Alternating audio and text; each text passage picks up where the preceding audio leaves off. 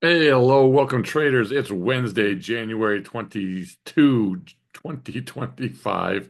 Good day in the markets today. Again, markets continue to rise after the Trump inauguration. We didn't do anything silly today. So the markets continue to just plow their way ahead, heading into that overbought territory, but not quite there yet. So I still think there's maybe some more upside to go on this market, maybe in the short term before things maybe turn around. I want to share a few things with you today. I'm going to give you two trades that we've got on, and I want to share why I'm doing these two particular trades.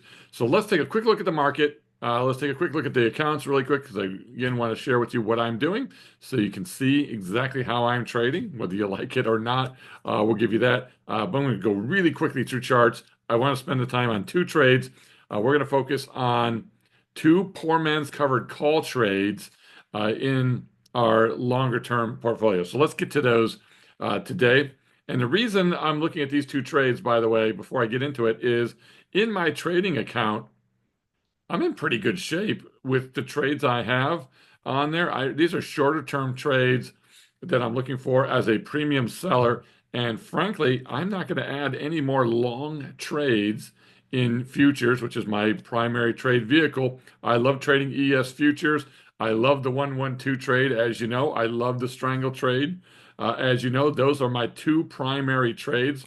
I'll do some different versions of the 112. I'll either calendarize it, I'll go longer term. 60 days is pretty much a standard on many types of trades. I will go, like I said, I'll calendarize it. I'll also go at the money with the put debit spreads. We can create the FB 112, the BA 112, which are more hedgy type things with them. So it's a great trade. All kinds of stuff that you can do with the 112. So still my favorite number one trade. Number two, right behind it, Strangles. Love Strangles because I love selling premium. And you get both sides. You can't lose on both sides. So you actually increase the amount of premium that you take in from Strangle. So I love those.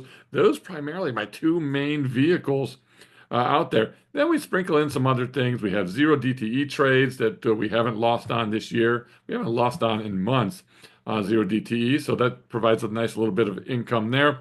We have 120-day naked puts. We have some other naked puts that we do. We do some jade lizards, some inverse or reverse jade lizards out there. But we also do the poor man's covered call trades. So I'm going to focus on those today. But I'm going to do two of the kind of the standard poor man's covered calls. I know I've been talking more recently from an income trade perspective, where I like selling the at the money or maybe in the money, especially when the market's frothy.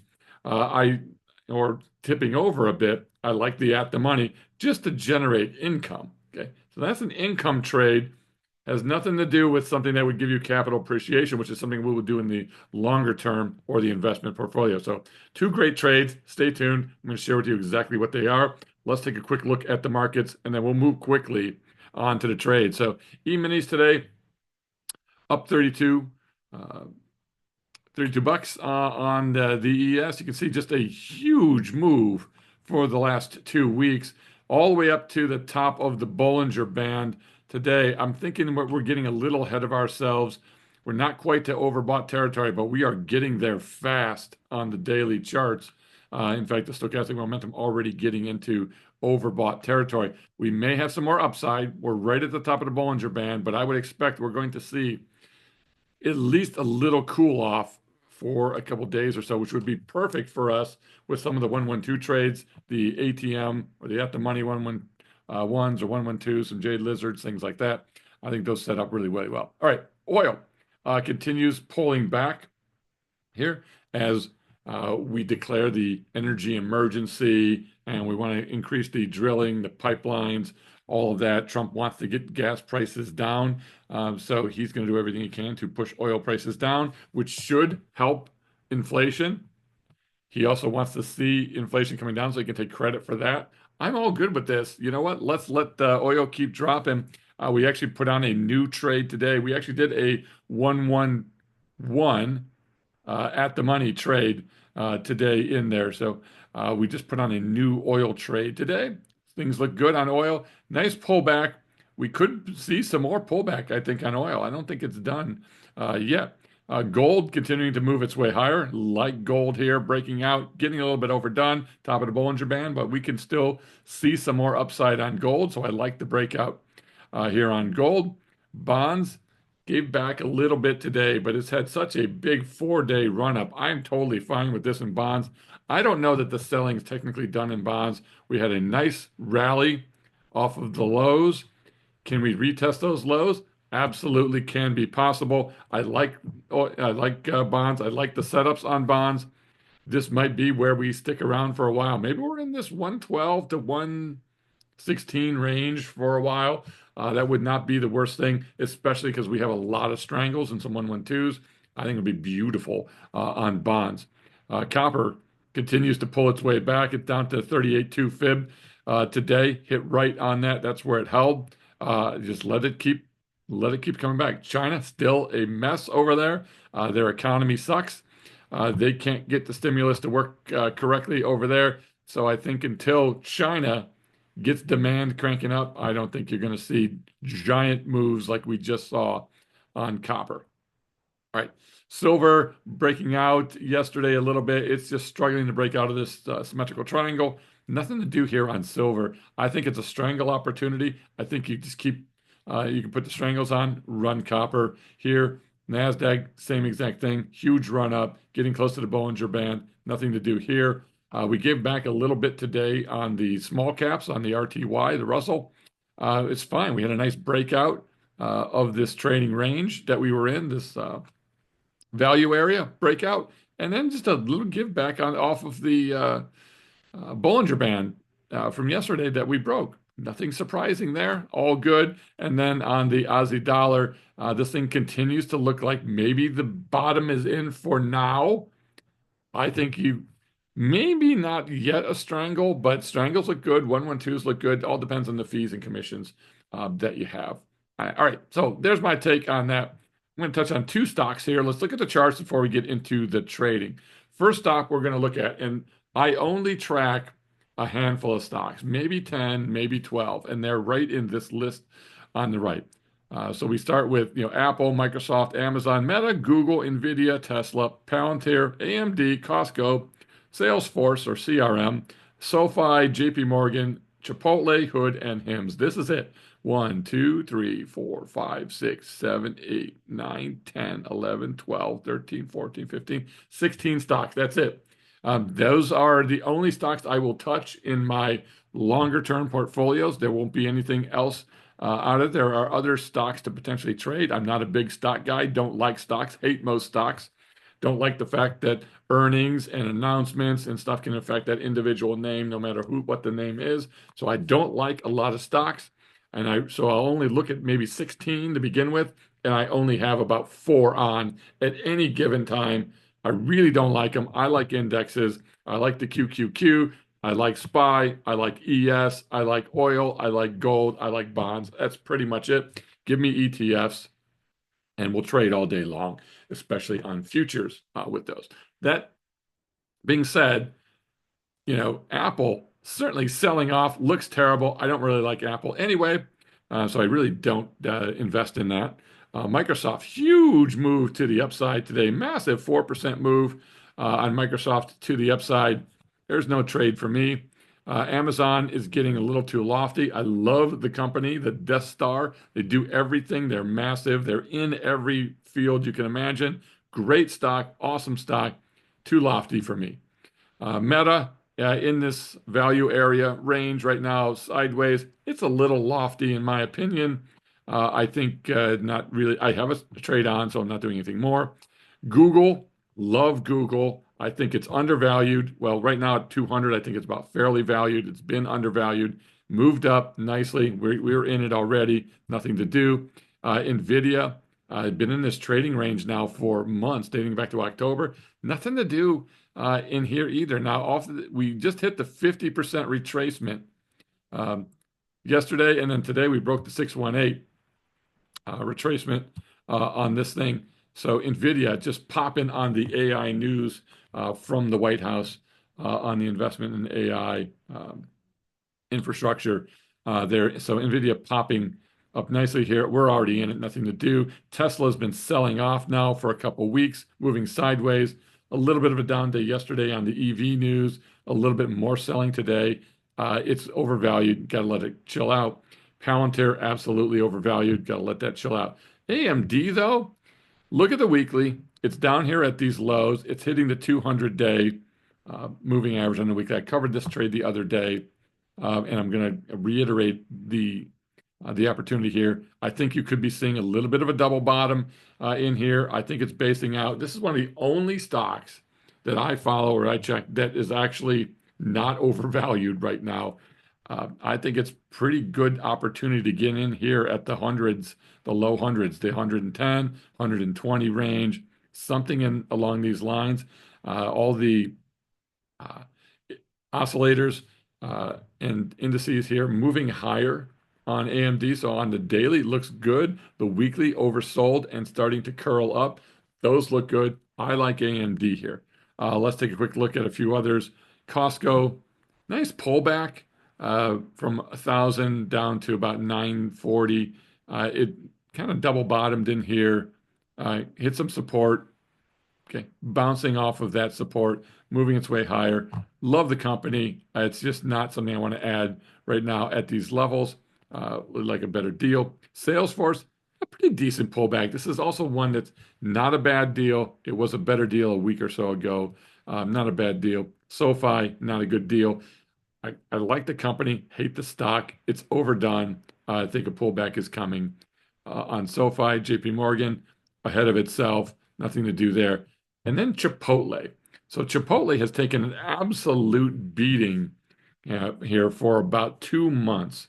It was up here at this uh, about 67-ish level. It's pulled back to like 55 today and change on no real news, just some heavy selling in here. But if we look at the fib retracement levels off of this August 5th low on this stock, we smacked right on that level right here at about 55.35 or so.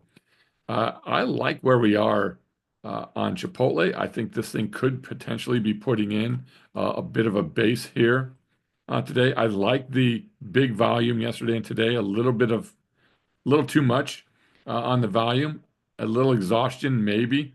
A nice hammer candle right at the bottom here, kind of like we had back here where we got the bounce, came back on, tested it. This could be a double bottom move higher. You've got oversold RSI, oversold stochastics. You had MACDs just starting to reverse higher. The weekly is finally starting to get into the oversold category as well. So I think the selling, okay, starting to base out here. Not saying it can't go further down, but I do like it in here. I think we have a good opportunity on Chipotle. So that's what we're going to trade. Hood ran a little too far, too much right now. Hims, nice pullback on HIMS, on Hims, him and hers health. So I like the pullback. The breakout here looks decent. Was probably a good deal back here at 24, not so much at 29. I think long term it's a good company, so we'll keep a watch on it. One of my healthcare names of the 16. All right, so I've covered the charts, gave you my two trades. Let's go and put on a poor man's covered call in both of these, at least the way uh, that I want to do it. All right, so let's get in here. We got our hasty trade up. Let's take a look at AMD. We're going to go out a year from now. So we're going to go out. I'll make some notes here just so we can keep this. We're going to go out. We're going to look at next January. So we're going to look at AMD here. We're going to look at next January, the 16th of 26, and we're going to buy the long calls. Okay? And we're going to buy them in a pretty good little price out here. I like going anywhere from 70 to 90 delta, which would be anywhere from really 105 to 65. Even though 70 is half the price of 60 of the 90 delta, and I could buy twice as many contracts, I'm only going to go so big on this anyway. So I really like getting the 80 to 90s in here. Let's take a look at this 80 range. So I kind of like the 85 delta. You can do 80 delta, you can do 90, you can do 70. I'm picking the 80 strike. Why? I like where it is at selling at $50 here. We are the 80 strike.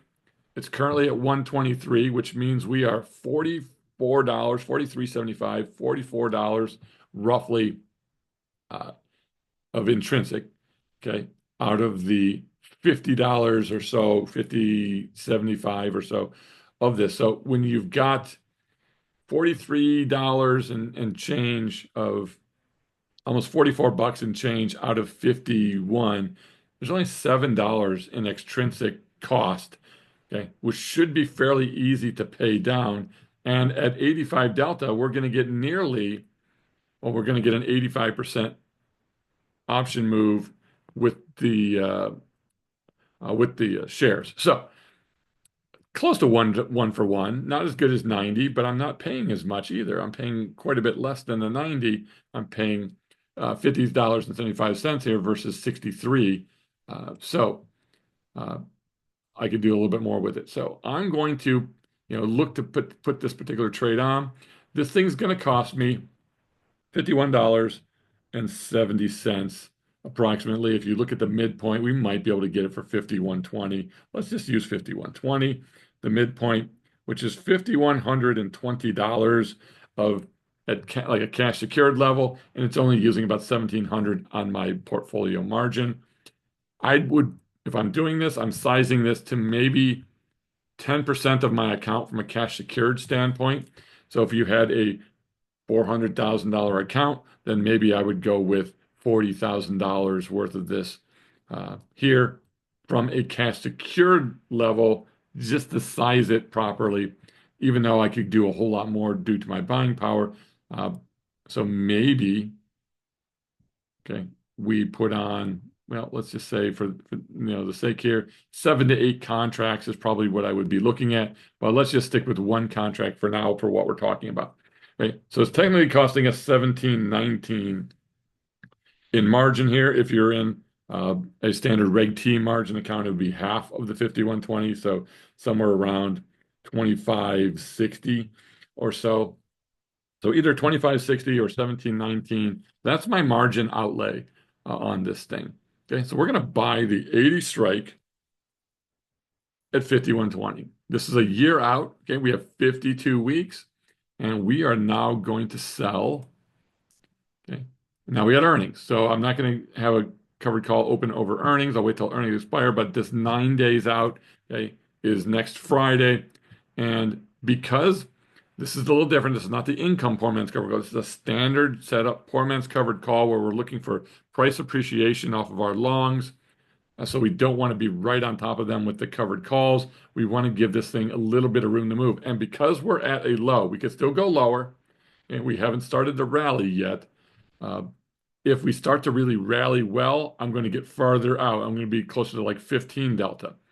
Okay, 15 delta on AMD, but that would only be if we are above, and we are actually right above the 21-day moving average. So now that we're above the 21-day moving average, this is probably where I want to be a little bit more, but we're just breaking it. And we're not above the 50, so we're not really stacked and running higher. If we're below the 21-day moving average, I'm probably closer to 30 delta.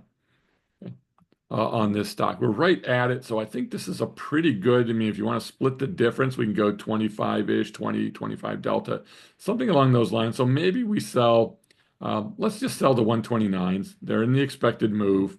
Okay, it's 25 delta on these, and we're going to take in roughly $116, okay, on this particular move. Okay. If the stock price runs from 123 to 129, yeah, then once it breaks that, then we'll be obviously in the money, but I'm okay with that. That means the underlying should have gained at least $5 as well. And I'm going to get the extrinsic out of this of $1.15. And even on a $5 move, after I take the 115 extrinsic out, okay, it's essentially only going to be a $4 loss here and a $5 gain on the longs. So we'll still win overall, but we'll get that nice appreciation on this. But if we're taking in, let's say $116, remember, We spent 25.60 on a Reg T account. That's 4% in a week. If we are doing this on our PM account, that $116 on the 1719, it's closer to 6 or 7% a week. I think that's a lot to expect, at least, and I don't think that's consistent for us. It's a little over a week. It's 9 days, but this is where I'd want to be, somewhere in this range. I don't need 6% a week. I need 3% a week. That my goal in my account is 3% a month. I only need about 1.5% a week for this. So if you really wanted to, you could go down and hit that 15 delta, sell the $62. But even at the 62 cents one, which is 62 bucks, if you're doing this in my portfolio margin account, it's still almost 3.5% in 9 days. So I like it here. I like AMD. Okay, that's one trade. We got earnings coming up in the fourth, so we won't hold the covered calls over earnings, but I'm happy to hold the long shares. I'm pretty happy owning AMD at 80. And let's say let me do one more thing here. Let's say we keep taking in roughly $1 every week for 52 weeks. Okay, that's going to be $52 we're going to take in. Well, if you remember, we paid 51.20 for the whole trade. So if we can keep taking in about $1 a week for the next 52 weeks, okay, or at least the next 50 weeks or so on this, we're going to pay for our longs, and it really won't matter what the stock is at as long as it's over $80 come expiration. We're going to keep any gains above 80 bucks that we are, and I think this thing can run to 200. So I think we can make a lot of money on this particular trade. All right, let's just do quickly one more, and let's do CMG. Okay, Chipotle, same exact setup. We're going to go a year out. Okay, I'm going to go take a look down here for something around that 80-ish delta, 80, 85 delta. Let's look at, let's see, and Chipotle, again, has moved down. I don't know if we need to go as deep in here, but we're still going to get a good price. Chipotle would have to really be a disaster getting below 47 or so in here. Doesn't mean it can't happen. But if we looked at, let's just say we go back to the 80, 85 delta.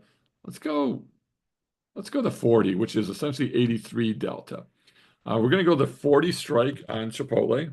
So CMG, we're going to look at, again, the January 16th of 26. We're going to go with the 40 strike, okay, which is almost $16 out of the money right now. So we have a $16 cushion, as it would be. Right now, we're going to buy the 40s, and that's going to cost us about 19 bucks. Okay, so we'll call that $19.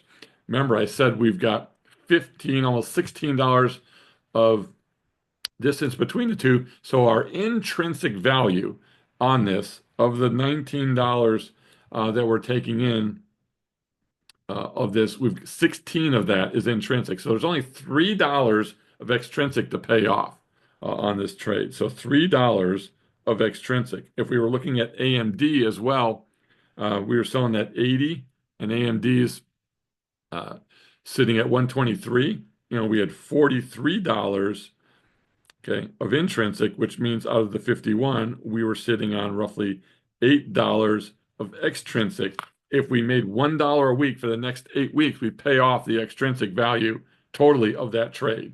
And now we have no extrinsic to worry about. Okay, we just watch the price appreciation up or down on that particular trade. This trade on Chipotle, we've only got $3 to have to pay off of extrinsic value. Okay, and once that premium's paid off, okay, we're in good shape. So now we're buying the 40 on this particular one. Oh, I'm sorry. Let's go back really quickly too. If we bought the 40, okay, and we bought it for 19 bucks, okay, this is going to use up about $1,900 of cash secured value. It's only using up $746 in a PM account. And if we were doing this in a Reg T account, half of 1,900 should be 950. So it's using 950 in a Reg T account. Great for small accounts here. And it takes less than $1,000 to own a share of Chipotle beaten up a bit here. I kind of like it. We're going to go out 9 days. Okay? We're going to look at something along those lines of maybe that 20-ish delta, something like that on Chipotle. Uh, I'm going to stick with the 20. I don't like this 34. There's not a lot of strikes here on Chipotle. We'll stick with this 58. We're going to take in about 20 bucks. Okay. Pretty wide spreads. The market's closed right now. We'll see what happens uh, tomorrow on Chipotle. But right now, we're able to take in like $19 on this trade. If you remember when we put this thing on, okay, we're going to take in 19 bucks. And if we're using portfolio margin, okay, which is $746, we're going to make 2.5% a week on this trade. We don't need that much. I only need 1.5%. I can be more cautious if I want to give myself some more room to the upside. I'm totally fine with the 58 here. The way Chipotle's uh, been for a bit on this down move, I'm giving myself a little bit more security. Okay. Also, that $19 using the 950, if you're on Reg T, is 2%. So I think it's a really good trade. I love where we are on Chipotle at these little bit lower levels down in here. And then once earnings on the 4th is over, then we can get back, okay, to a little bit more um, serious opportunities to earn some cash. Anyway, there's my two trades given to you, explain exactly how I'm using the poor man's covered call here. It's a strategy we use in the investing account. It is not one of my trading account pieces, which is more active trading. It's going to be more along the lines again of the 112, the Strangles. I'm using futures, a lot highly leveraged products. Okay, we've got our hedges, our volatility hedges, our delta hedges. We've got all that in place for our trading account. The investing account, though, this is where we go with high quality, long-term names, okay, with strategies that allow us to just increase appreciation over time. And we really want to enter poor man covered calls and these types of trades and selling naked puts. I want to enter these on pullbacks to at least the bottom of the Bollinger Band, maybe even lower if we're looking at maybe a 68 fib or something like that, or a 618 fib, I should say. That's where I really want to get into these. We don't have those options available to us right now on Nvidia and Google and Meta. We're still in those trades. I want to have my SPY. I want to have my QQQ. That's the basis. That's the core of the portfolio. We've also got some bonds in there. Okay. But we want to buy when these assets get smacked down a bit. So that's why we love when the market pulls back. It gives us a chance to buy. We've got plenty of buying power. If you found this helpful, click the thumbs up down below. This is how I'm trading the standard poor man covered call. These are two trades that I'm looking at right now. We've got these on in my family's accounts as well, small accounts. Our small trade account is up nicely. We just closed some trades out. We are actually up 4.8% for the year so far. So we're doing great in the small account. We've got Nvidia, poor man's covered calls, IBIT, the Bitcoin ETF, and I've also got Chipotle in that account, and they're all doing fantastic. Okay, if you like this video, give it a like. Join us if you're not a subscriber, and we'll see you guys later. Have a great evening. Bye bye.